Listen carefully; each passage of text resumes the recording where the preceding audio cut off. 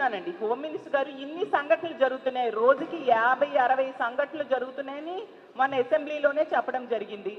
అంటే గంటకు 2-3 సంఘటనలు మహిళల మీద దాడులు కానీ, అత్యాచారాలు కానీ, హత్యలు కానీ జరుగుతున్నాయి. అసలు మా పార్టీ నుంచి చాలా సంఘటనలకు మేము వెళ్తూ ఉన్నామండి. మేము వెళ్ళినప్పుడే వాళ్ళకి చలనం ఉంటుంది తప్ప వాళ్ళు ఏ విషయంలో కూడా వాళ్ళు వెళ్ళి ఆ కుటుంబాన్ని పరామర్శించడం కానీ, ఆర్థిక భరోసా ఇవ్వడం కానీ ఎక్కడా జరగలేదు. జగన్మోహన్ రెడ్డి గారు ఆ రోజు గుంటూరు ప్రభుత్వ హాస్పిటల్కి వెళ్తున్నారు అని చెప్పేసి వాళ్ళు ముందు వెళ్ళడానికి ప్రయత్నించడం, ప్రతి దగ్గర కూడా ఈవెన్ ఎందుకు అక్కడ రాంబిల్లిలో కూడా మా పార్టీ వెళ్ళింది. చాలా సంఘటనల్లో మా పార్టీయే వెళ్ళి ఆ కుటుంబాలకు పరామర్శ చేయడం, ధైర్యం ఇవ్వడం, ఆర్థిక సహాయం చేయడం మా పార్టీ చేసింది. మేము ప్రతిపక్షంలో ఉన్నాం కానీ ప్రజలు నమ్మి వీళ్ళకి ఓట్లు వేశారు, ఇన్ని సీట్స్ ఇచ్చారు. మరి వాళ్ళు ఏంటి, వాళ్ళ బాధ్యత ఏంటి, వాళ్ళ బాధ్యత ఎంతవరకు నెరవేరుస్తున్నారు? ఎంతసేపు స్టేట్మెంట్స్ ఎవరికి కావాలండి? మాట్లాడితే పిఆర్ఓతో ఒక స్టేట్మెంట్, ఈ భీమిలీ సంఘటన కూడా పిఆర్ఓతో ఒక స్టేట్మెంట్, కఠిన చర్యలు తీసుకుంటాం. ఏవా కఠిన చర్యలు? ఎందుకు పెదగంట్యాడలో 3-4 నెలల క్రితం ఒక ప్రేమోన్మాది ఒక అమ్మాయి మీద దాడి చేశాడు, ఇన్ని నెలలైంది, అతను ఈ రోజు కూడా ప్రభుత్వం పట్టుకోలేకపోయింది.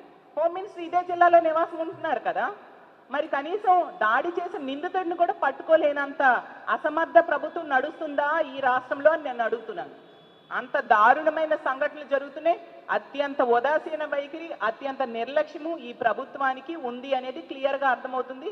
ముఖ్యంగా హోమ్ మినిస్టర్ గారికి సొంత జిల్లాలో ఇన్ని సంఘటనలు జరుగుతూ ఉన్నా కూడా ఎటువంటి చర్యలు తీసుకోవట్లేదు. మహిళల రక్షణ కోసం ఎటువంటి చర్యలు కూడా ఈ ప్రభుత్వం తీసుకోవట్లేదు. కాబట్టి ఎప్పటికైనా కళ్ళు తెరిచి మహిళల రక్షణ మీద దృష్టి పెట్టండి అని ఈ ఆంధ్రప్రదేశ్ రాష్ట్రంలో ఉన్న మహిళల తరపున వేడుకుంటూ సెలవు తీసుకుంటున్నాను. ఖచ్చితంగా చేస్తామండి. రానున్న రోజుల్లో ఈ బెల్ షాప్స్ కనుక తొలగించకపోతే, ఎందుకంటే గతంలో బెల్ షాప్స్ అనేవి జగన్మోహన్ రెడ్డి గారి ప్రభుత్వంలో ఉండేవి కాదు. ఈ రోజు 50,000కి పైగా బెల్ షాప్స్ ఉన్నాయి. మాట్లాడితే వీళ్ళు చెప్తూ ఉన్నారు బెల్ షాప్స్ దొరికితే 5 లక్షలు ఫైన్ వేస్తామంటున్నారు. ఈ ప్రభుత్వాన్ని నేను అడుగుతూ ఉన్నాను, ఎన్ని బెల్ షాప్స్కి వీళ్ళు ఫైన్ వేశారు అనేసి. ఎన్ని బెల్ షాప్స్కి 5 లక్షలు ఫైన్ వేశారు?